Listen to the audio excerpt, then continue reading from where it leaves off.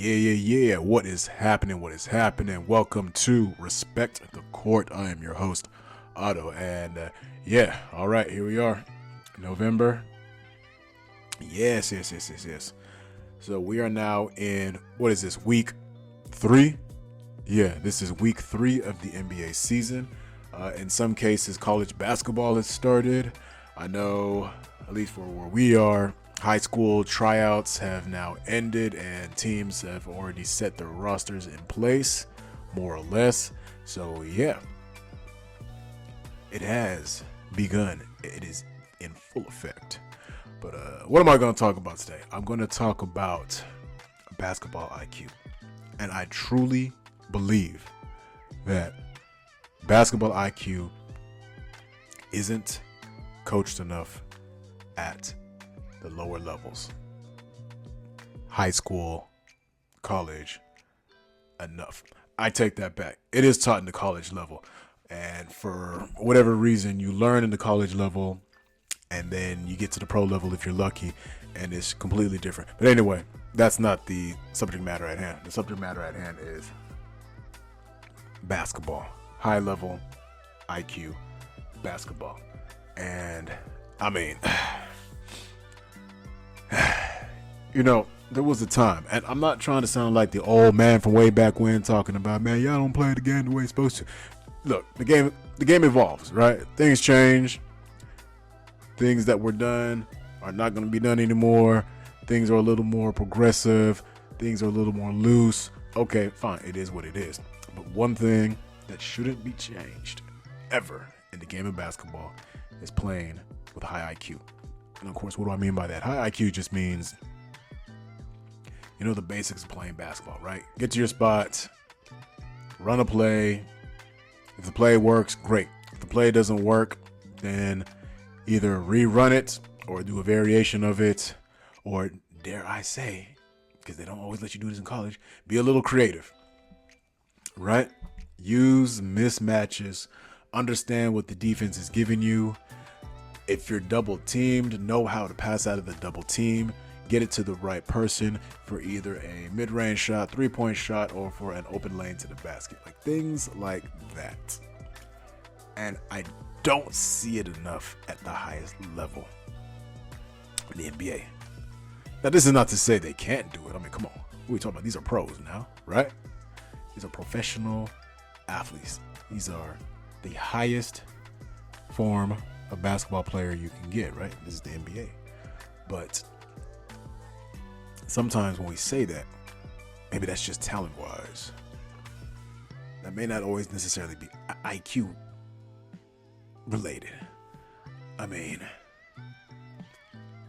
ball movement is important, right?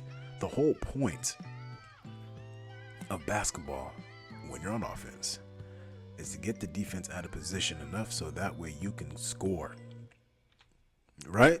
And that's it. Then you get on defense, you do everything you can to disrupt the offensive flow so that way they cannot score, right? I think we all can agree on that. Cool, great, I'm glad we do. So it's so bothersome when you see teams, whether it's at the high school level, college level, or the NBA level, not run plays, not understand that, hey, you have a mismatch. You are 6'7". The guy guarding you is 6'2". Why are you on the perimeter trying to go ISO on him? You have size. Back him down. Create a double team. Move the ball. Because if you double team, someone's going to be open. Do things like that. Right? Okay. Knowing how to trap a perimeter player. Angles, right? You figure out there's a guy on that team that really knows how to get down court. Well, let's find a way to slow him down, right? As soon as he gets across half court, let's put some pressure on him. That seems like a smart idea. Let's try to double him. Let's see if he has enough handle to get out of a double team. If he does, great. We can rotate our defense around to the best of our ability. to disrupt the offensive flow. Let's do that.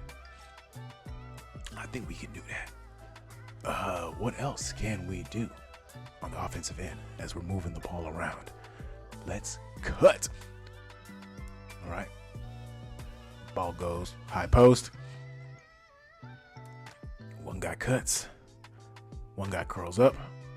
I mean, I'm not a coach, all right? So I'm not going to give you all the technical and the details. But as long as people are cutting, moving, screening, someone's going to get open. Make the game easier.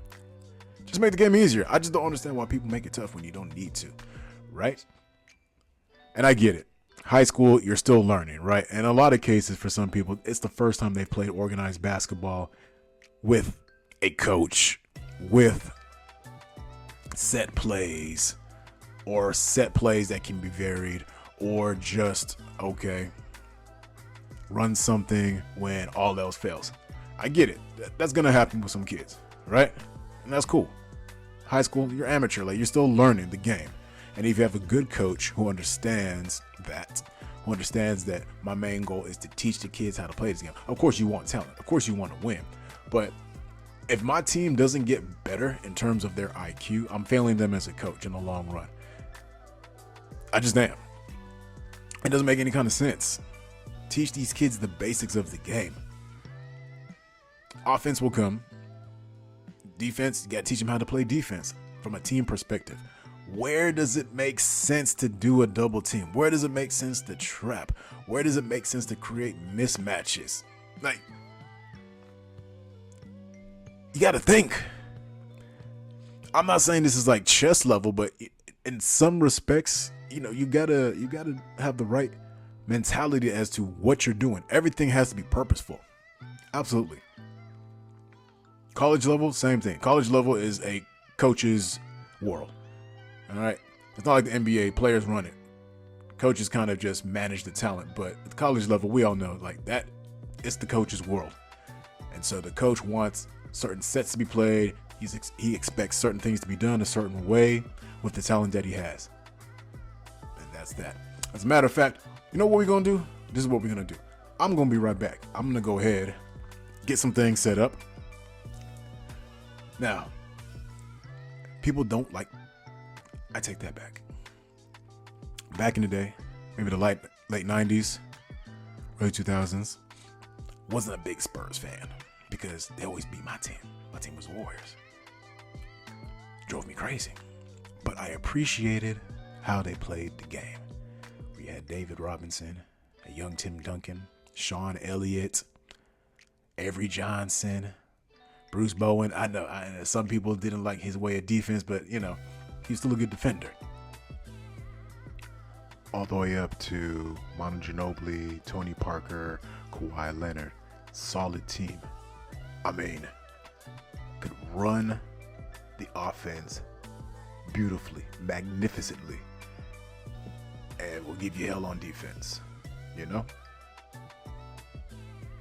Yeah, it was a solid team. They were fantastic. The way they would move the ball. There's a clip right here. Check it out.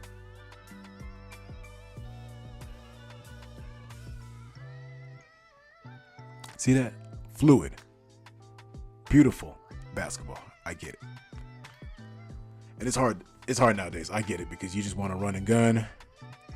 You just want to go in with no sets. You figure, okay, let me at least do the basics. High A, screen and roll. Get open. If you're not open, kick it out for a 3. That's fine if one or two teams do that in the NBA. But too many teams have the same set that they run. There's no creativity anymore. There's no substance to it anymore. So all I'm saying is, to all you coaches out there that are teaching these kids, teach them how to play the game. Teach them to understand offense, defense. Hopefully they develop high IQ. Let them understand what it means to run a set, why you need to run an offense, how it works, how it doesn't work. And if it breaks down, have enough intelligence to say, okay, let's try something else. Yeah, I get it. There's a shot clock. Okay, but sometimes you got to do things quickly. Quick purposeful, make it done. See what the defense gives you. All right, that's all I got for y'all. That's all I got. So I'll catch y'all on the next one. Respect the court. Peace.